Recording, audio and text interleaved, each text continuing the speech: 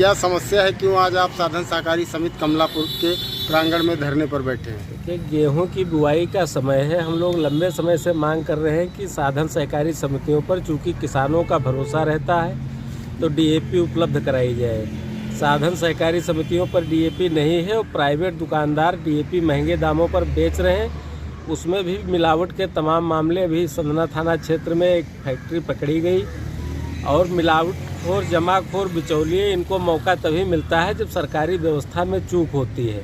अगर साधन सहकारी समितियों पर पर्याप्त मात्रा में उर्वरक मौजूद रहें तो मिलावटखोरों के पास कोई खरीदने क्यों जाएगा। ये अधिकारी जो है सरकार की बदनामी कराने पर आमादा है और किसानों की जिस तरीके की उपेक्षा इस सरकार में हो रही, इससे पहले लगातार हम लोग विपक्ष में रहे तब भी इस क्षेत्र में इस तरीके की डीएपी की समस्या कभी नहीं रही। ना तो नहर में पानी है कि पलेवा हो सके और ना साधन सहकारी समितियों पर डीएपी है कि गेहूं की बुआई हो सके। ऐसे में किसानों की एक तरफ सरकार बात कर रही कि हम आय दोगुनी करेंगे, किसानों को किसान सम्मान निधि से सम्मानित करने का काम कर रही, वहीं जो सरकारी अधिकारी हैं वो समय से डिमांड नहीं करते, समय से पर्याप्त व्यवस्था नहीं करते हैं, उर्वरकों की उपलब्धता नहीं है, बुआई और पलेवा दोनों बाधित हैं।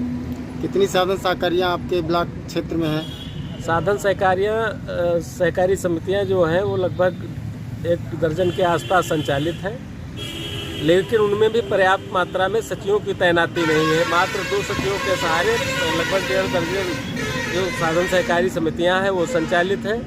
साधन सहकारी समितियों के अधिकांश अध्यक्ष जो हैं वो भारतीय जनता पार्टी के हैं।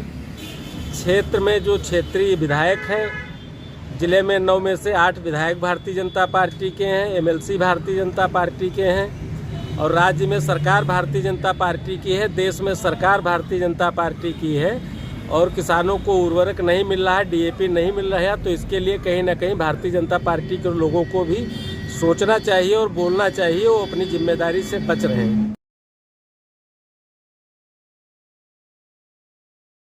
राष्ट्रीय लोकदल का साधन सहकारी समिति पे धरना प्रदर्शन चल रहा है खाद बीज को लेकर। उसमें भारतीय मजदूर किसान संगठन का मैं जिला अध्यक्ष, राष्ट्रीय प्रवक्ता हूँ। तो संगठन का सहयोग कर, राष्ट्रीय लोकदल का सहयोग करने के लिए हम आए हैं। हमारे साथ किसान साथी भी हैं। हम लोग राष्ट्रीय लोकदल का समर्थन करेंगे जब तक ये धरना चलेगा।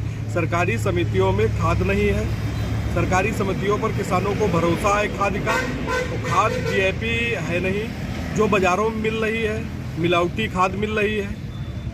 नहरों में पानी नहीं है, पलेवा करने का है, खेतों में धान कट गए हैं, गेहूं की फसल बोनी है, गन्ना बोना है, सरसों बोनी है, मगर अभी तक नहरों की झराई नहीं हुई। पानी की तो व्यवस्था छोड़ दो, खीरी ब्रांच नहर की अभी तक झराई नहीं हुई। एक्सचेंज साहब से जब मैंने पूछा तो उन्होंने कहा अब टेंडर मैंने शुरू करवाए हैं, दीपावली के बाद में झराई शुरू होगी। तो हमको लग रहा है झराई तब तक होगी जब तक किसानों का खेत पलेवा होके बुआई हो चुकी होगी। खाद नहीं है, खाद से बहुत बड़ी समस्या है। किसान सब बिल्कुल बेचारा परेशान है।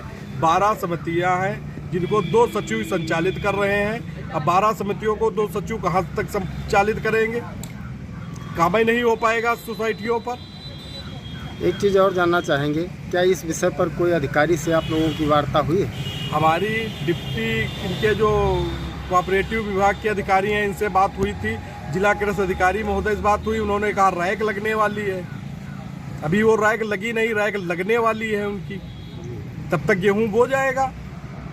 मिलावटी जो खाते हैं किसानों को मजबूरी में लेना पड़ेगा, उसी से बोके अपना व्यवस्था करेंगे, इसीलिए बीज पैदा नहीं हो रहा है, किसान परेशान है। प्राइवेट दुकानों पर मिल रही है डीएपी? प्राइवेट दुकानदारों पर है, वो बहुत ज़्यादा महंगी दे रहे हैं और मिलावटी खाद है पूरी, उसका कोई भरोसा ही नहीं हो। तो अभी 15 ब्लॉक में पकड़ी गई पूरी फैक्ट्री।